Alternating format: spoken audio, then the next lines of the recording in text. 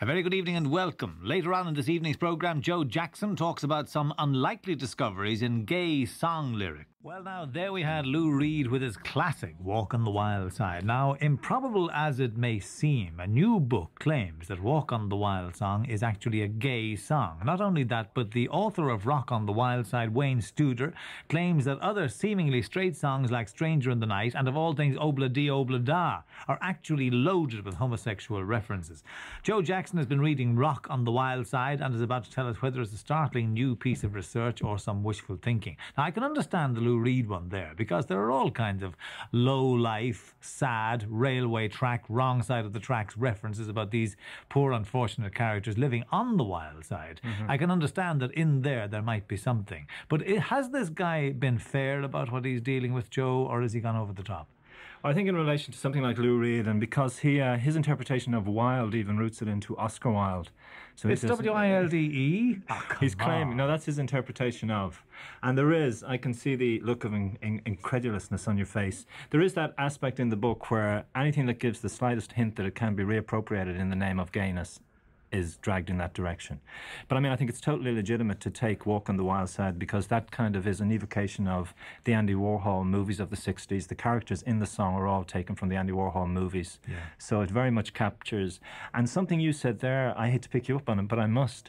He actually attacks Lou Reed for presenting gay life as low life. Oh. Saying that it's kind of like in a revisionist view of movies that presented gays or plays, there's a tendency for it all to be looked at again and say, well, representing gays was good in one way, but if it was only negative, it was counterproductive.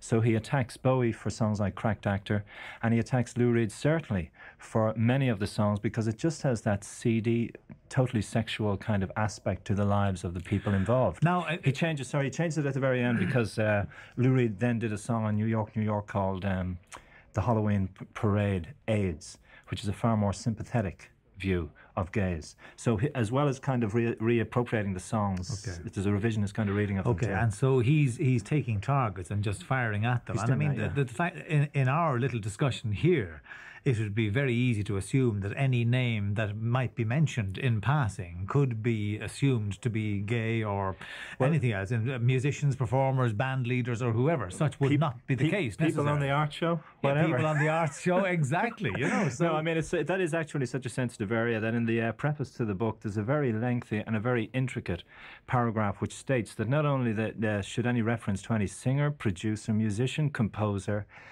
anybody related to these songs, should it be assumed that they are either gay or bi. Okay. So, but to me that indicates the homophobia that exists in rock and roll. Okay. And I think a really telling thing is that of all the publishers he approached for permission to use lyrics, only 2 said yes. Did they really?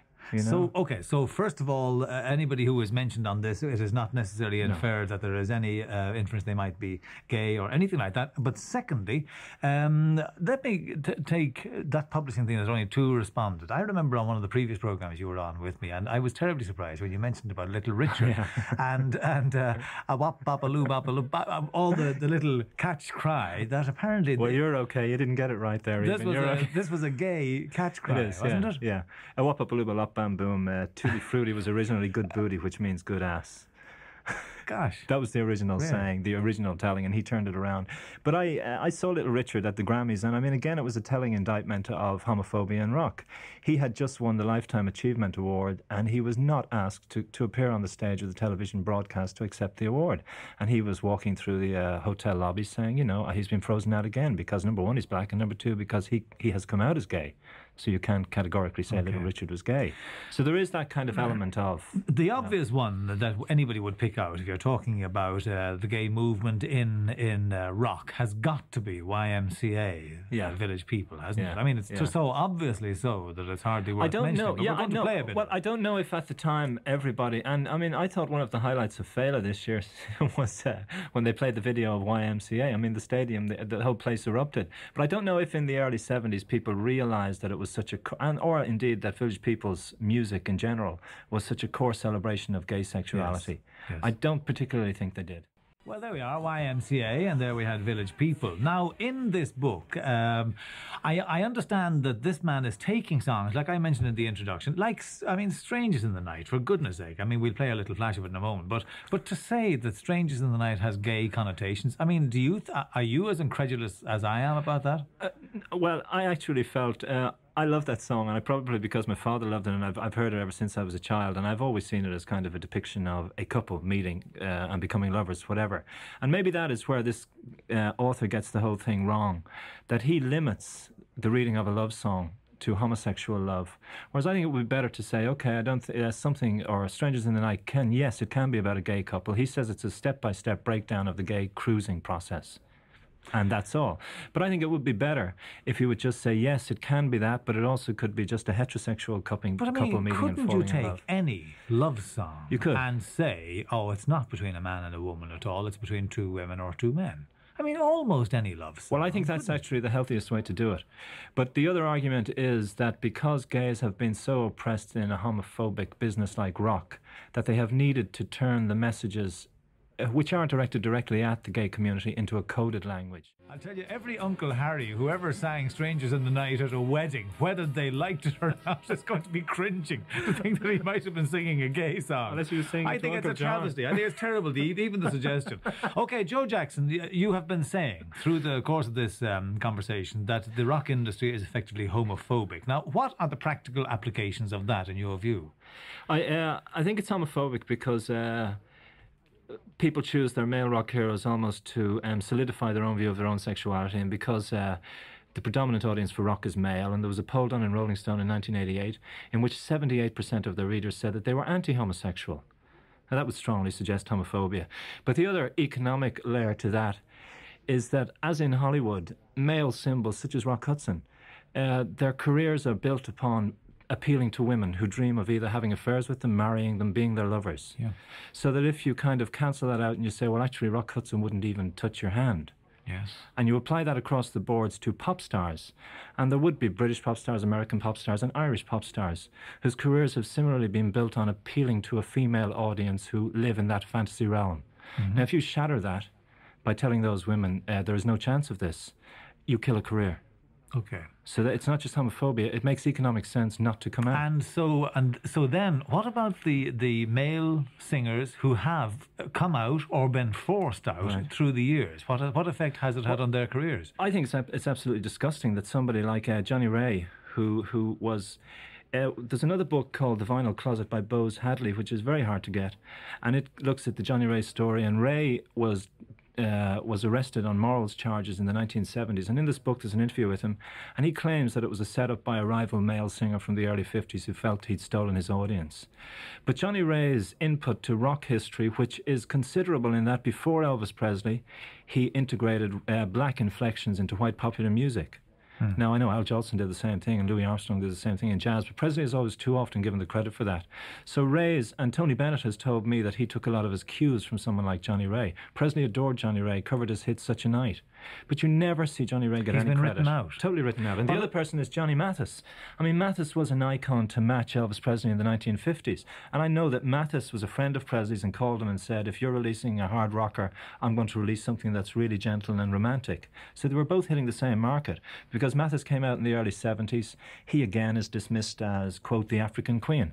And this kind of, all his work, and some of it which is artistically viable and very credible, is written out because, again, it doesn't reflect what males in rock want reflected of their own sexuality. Extraordinary. Now, talk about the Beatles too, and I know that this man is making extraordinary claims about some very simple instances in the recording studio with Lennon and McCartney. Yeah, the classic one which really points to the fallacy of too quickly reappropriating a pop song is Obla Di Obla Da, where it seems, and I think he cites the incident, that McCartney in singing the lyric was supposed to say Molly stays at home and does a pretty face, and mistakenly sang Desmond stays at home and does his pretty face. And at the end of the cut, you know, George Martin or whoever said, wonderful take, leave it, great, we've got the record. McCartney said, no, I made a mistake. And Lennon, jokingly being who he was, said, no, let them puzzle over that one. Ever the iconoclast. Yeah, he was, you know. And this guy again says, and what I don't like about it is that although I see the validity to a degree that I have interpreted the song this way, the gay community has interpreted it this way, therefore our interpretation is valid because it's become part of current coinage. Rightio then, Joe Jackson, we're speaking about homosexuality. Let's talk about lesbianism. I mean, we've spoken before on this programme about the trend in lesbian groups now, and that they're very upfront about their presentation and so on. K.D. Lang, I suppose, is a good example of someone who is capitalising on her lesbianism. Yeah, well, the subtitle of this book is Gay Male Images in Popular Music of the Rock Era, and he does categorically state that a similar book ought to be done about lesbian readings of pop songs going right back to... I mean, in the vinyl closet, there's a section on blues singers such as Ma Rainey, Bessie Smith, Billie Holiday, coming from a book called Homosexuality in Harlem in the 1920s, which claims that they all had lesbian relationships. But I mean, who's going to getting say? upset? No, but I mean, in the 1920s, I mean, this whole thing about copyright, that once somebody is dead, anybody can write anything they like about them. I mean, maybe they didn't have. But why? But even if they did, what does it matter? Yes, but I think that's more the point. I mean, why you almost seem like you're shaking up my icons by saying they did this. Next minute you'll tell me the boy George is strange. It's strange. But he says that there is a strong case to be made, because when I interviewed Zrazy, and I think we talked about those before, they said the only role model they had in rock in the 1980s or even the late 70s would be Patti Smith with her song Gloria.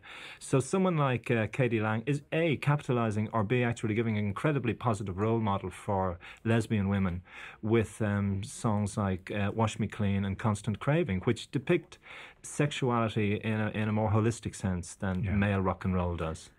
All right, Joe Jackson, in the book Rock on the Wild Side, a lot of this is kind of conjecture. A lot of it is, I'd say, frankly made up, and a lot of it is figments of the man's imagination. But You're just not buying this. No, I'm not buying it. No, is there any kind of stuff that you would admire that is good, straightforward reportage? Well, actually, the same response. I did a feature on this for the next issue of Hot Press, and the whole article was held up for 2 or 3 weeks because the editor, Niall Stokes, couldn't agree with the reappropriation of U2's One, which this guy describes as the most moving rumination on troubled family relationships I've ever heard. And he says that lyrics like, you act like you never had love and you want me to go without, says it's not hard to visualise the kind of highly charged emotional turmoil that AIDS can inspire. Now, many people might object to him suggesting that the narrator in One is an AIDS victim. But before now I ran this article, he checked with U2's people, and they say that Bono had stipulated that the proceeds from the record should go to the American Foundation for AIDS Research, and that there was that dimension. And if the gay community, and I actually totally would agree with this, if the gay community, specifically those who are suffering from any AIDS-related illness, get consolation from this song, let them reappropriate it all the way they can. All right. We're going out on that piece of music, which is coming up now. So, Joe Jackson, thank you very much indeed for coming in and giving us some rather unusual views as expressed in those two books, Rock on the Wild Side and Vinyl Closet. From the Art Show, for tonight till tomorrow, goodbye.